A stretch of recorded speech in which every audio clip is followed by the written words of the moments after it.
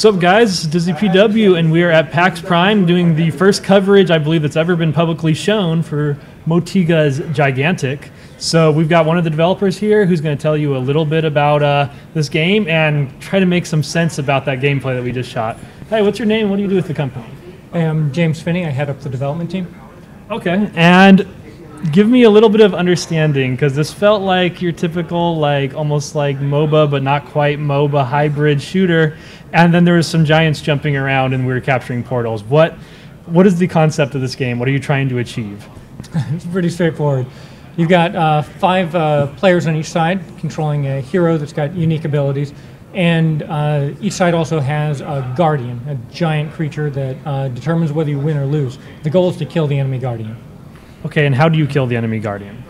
So the guardians are huge and really powerful, so you can't just go up and kill them yourself. You need help. The only way you can hurt the guardian is to have your guardian come over, attack it, and knock it into a vulnerable state. So most of what you're doing when you first start out is just trying to power up your guardian, which you do by killing other players, by summoning creatures and controlling the map, or if you're feeling really frisky, you can run across the map and attack the enemy guardian directly. Every time you hit it in the heart at close range, you'll steal power from it and give it to your guardian. So you can actually do that at any point of the match?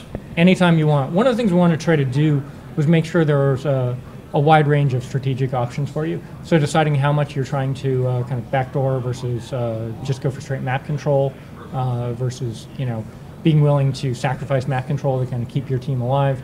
How many guys you're going to keep back on D or on offense. Those are the kind of things you're weighing all the time. And then the creatures that you summon have different abilities, both kind of direct combat abilities, but strategic bonuses as well. So you can summon guys that give your team health regeneration in a large area, or actually make it easier to summon other creatures, things like that. And you get to choose which ones you summon on this? Yeah, every time you get to a summoning circle, if there isn't an enemy creature there, if there's an enemy creature there, you kill it. You can choose which one you want to summon out of a set of creatures that you've decided before the game. And is there anything in the UI so you can tell kind of the flow of the game, how well you're doing? Yeah, so up top, you're going to be showing footage of this. So the big green health bar on the top is the health bar for your guardian. Mm-hmm. The big red health bar is the health bar for the enemy guardian. If yours runs out before theirs runs out, you lose. Above that is a bar that shows power. Sometimes it's blue, sometimes it's yellow. But the first guardian to get powered up will go on the attack. Okay, now it makes a bit more sense. Awesome for that. And once it goes on the attack, after that bar runs out, it goes back? Yeah, and so what you'll see is actually on the mini-map, you'll see like its path gets drawn out, and then it travels across the map. And as it goes, it'll actually destroy parts of the map to your team's advantage. So if you look at the beginning of the match, there are these two sort of big balconies over the waterway. And the first time your guys' guardian went and attacked, he smashed that and turned it into a ramp. So instead of a defensive structure for the enemy team, it becomes an easy pathway for your team. After he goes across the map, he waits a little bit to see if you're going to go in, and then he'll go attack the enemy guardian, knock him down. His heart changes from glowing yellow to glowing red. That's when you can kill him. And what was going on with that final, secondary room fight? Yeah. So we want to make sure that every match ends dramatically. And so there's a second stage to the battle that we call the clash. And so after the match has been going on for a while, if one of the guardians gets close to death, triggers the clash, they actually break out of their lairs, the rooms they normally stay in, and create a new arena in the center of the map. And at that point, all the creatures that you've summoned up till then come and join them, but there's no more summoning creatures. And power that you get for killing other players goes up, and it really just sort of concentrates the action into that final sequence. Can you tell me a little bit about the heroes you can play as, and perhaps your plans for progression in this game? Yeah, so we're not talking about any of the kind of outside of the game meta progression yet, but inside the game right now, the PAX build has 12 heroes. Back at the office, I think we've got 20 right now.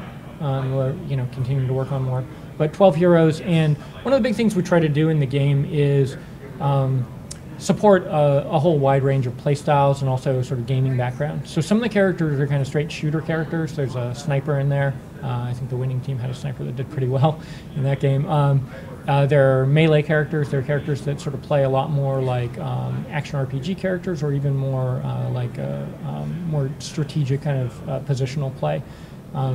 So each one of the heroes is meant to have a few different roles it can play in terms of your team's strategic needs. But more than that, they also represent different play styles, so that anybody can kind of jump in and find a character that's comfortable for them. And then you don't really have like a typical MOBA items that you can purchase. Instead, you had some kind of upgrade system. How does that work? How do you personally earn points that progress your character, or is it more of a team experience pool?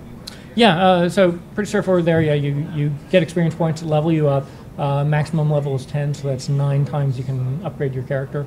We're actually working on some potential revisions of that system right now, but the one you're playing, it's just 9 upgrades that you get to pick, and you're dividing them up between stat upgrades and skill upgrades that sort of change what your skills do and make them more powerful, more situational, more unique in how they act. The experience points are earned solo, but there's a lot of stuff that also gives XP to your team. We want to try to keep team within a certain range of each other. So when you get a kill, the person getting the killing blow gets most of the experience, but actually everybody on the team gets experience. When your team successfully works together to wound the enemy guardian, and looking at that health bar, it's divided into 3 segments. So each one of those wounds sort of represents major progress in the game. Every time you wound one of the enemy guardians, everybody on your team basically gets a free level. And then when you level up, is it only the skill upgrades that you get, or are there also passive stats involved? It's only the stuff that you choose. So you can get stat upgrades, but they're ones that you choose. Got it. Yeah. Looking forward to see what you guys do with this going forward. I can't wait to see those other heroes. You have a really unique art style. What inspired you guys to choose this type of art style? Well, everything we do at Motiga, we try to be really collaborative about. It's about, what the team's passionate about and trying to make something that we all enjoy. And so what you see there is really just a clear, sign of the influences that the artists on the team love.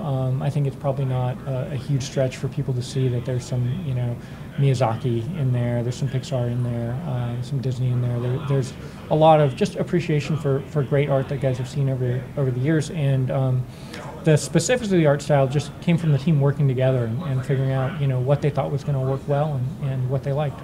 Hopefully 4 years from now we'll be talking about the movie tie-in. Thank you for the time and for explaining a little bit about the mechanics, and you guys keep an eye on MMOHuts. We'll be following this game very closely in the coming months.